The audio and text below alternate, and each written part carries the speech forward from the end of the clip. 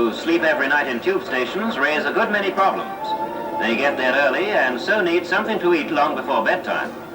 London Transport has established 6 depots where the food is received and prepared for dispatch to the station canteens. There are 48 of them working already. Very soon there will be more than 120. Many of the 80 stations used as shelters will have 2 canteens each.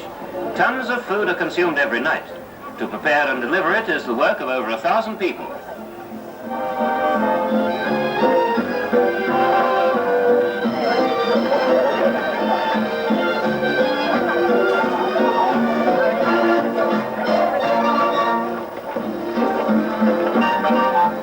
Special loads up at the depot some time before the evening rush hour and sets out on the delivery route.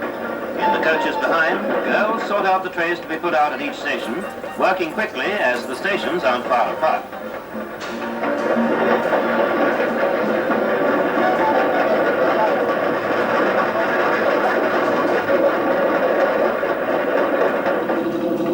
Unloading is a quick job too. The food train has to be out of the way when the rush hour begins. 20 seconds is the time allowed at each station. Cocoa and tea are made on the platform. Nearly 500,000 cups are drunk every night. Neppy in wartime works nights and underground at that. It's all one of the ways in which Londoners, with the authorities' help, cope with the raids and keep cheerful. So if you're not spending Christmas at home, book your tube station now.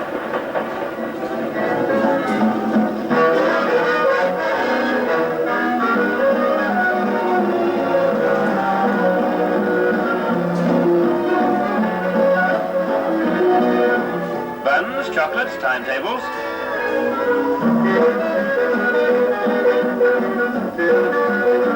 Some patrons say them as likes cocoa can have it. Mine's a Guinness. A bit of current history, a bit of wartime London, and visit London Transport's Women at Work. At regular intervals, the company's buses are overhauled down to the last nut and bolt. And today, women are doing much of the work.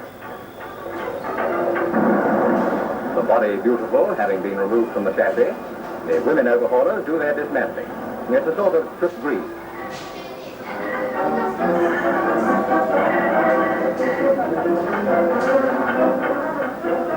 The whole of the chassis is taken down.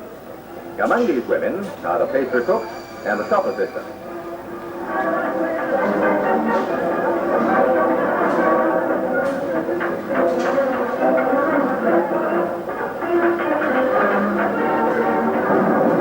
Valve grinding is one of the many skilled jobs done by, among others, the domestic servant and the mannequin.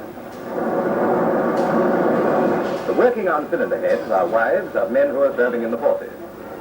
Operating this radial drill is a woman who, like all the others, started as a laborer. She has since proved remarkably competent as a specialist. Screw cutting is another of the operations to which the silent sex, I said the silent sex, have turned their shapely hands.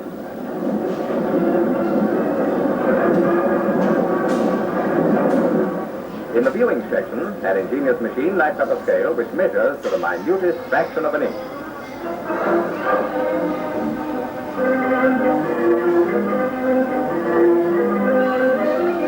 Cleaning castings in the foundry.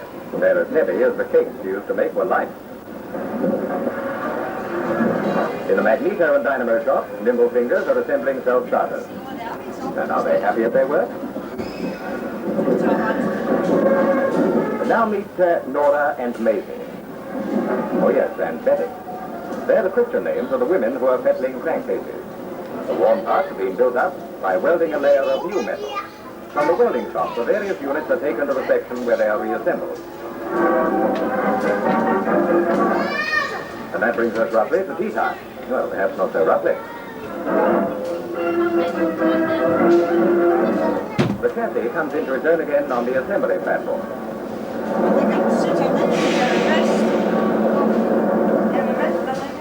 As it creaks along at about 15.5 inches a minute, squads of women refit the overhauled parts. Axle, steering column, radiator, and so on. Each squad does one particular job particularly well. So the reconditioned chassis goes off for testing. The destination lines are made of calico. On them is mounted with rubber solution, paper slips which show the customers exactly where they get off. The whole of this shop is staffed by women. Some of the blinds are as much as 40 feet long. Over there is the London Transport Board's training centre at Chiswick, where a prospective woman bus conductor is interviewed by the staff superintendent.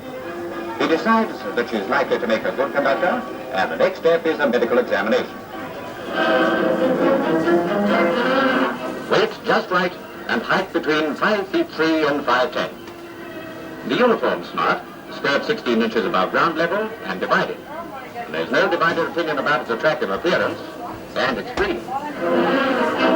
And the cap's as cute as the costume. Nasdaq's champion. So she starts her training, and one of the first things she learns is how to punch, not a passenger, but a ticket.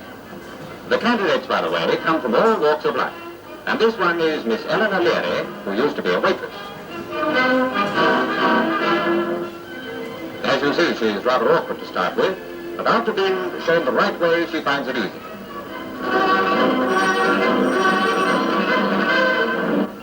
Now for the perfect punch, front on the destination. That's the ticket.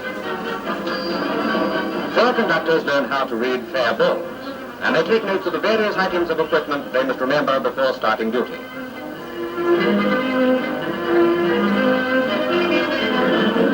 So comes that first great day on the road with a male conductor instructor. Fares, please. With a nimbleness and confidence that will do justice to a much older hand, she smiles and punches, punches and smiles. Any more fares? The male conductor points out the landmarks on the route. Now the even greater day when she prepares to go out on her own, the boss of the bus. Collecting her ticket box is number 10007.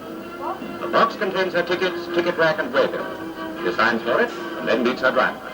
He escorts her to the bus and, like a knight of old, jumps up in front with her ladyship riding pillion. We're off.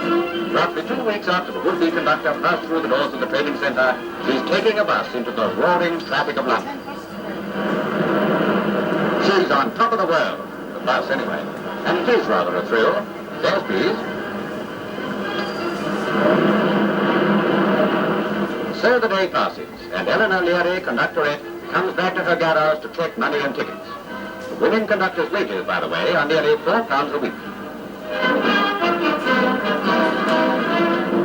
Money and ticket checked, she completes her waybill, a simple analysis of the day's takings. And now there's nothing more to do but to pay in. Everything is in perfect order. And is she happy at her work? Well, look. She's one of the many efficient women conductors in the London area, and thousands more are wanted. Oh, pardon.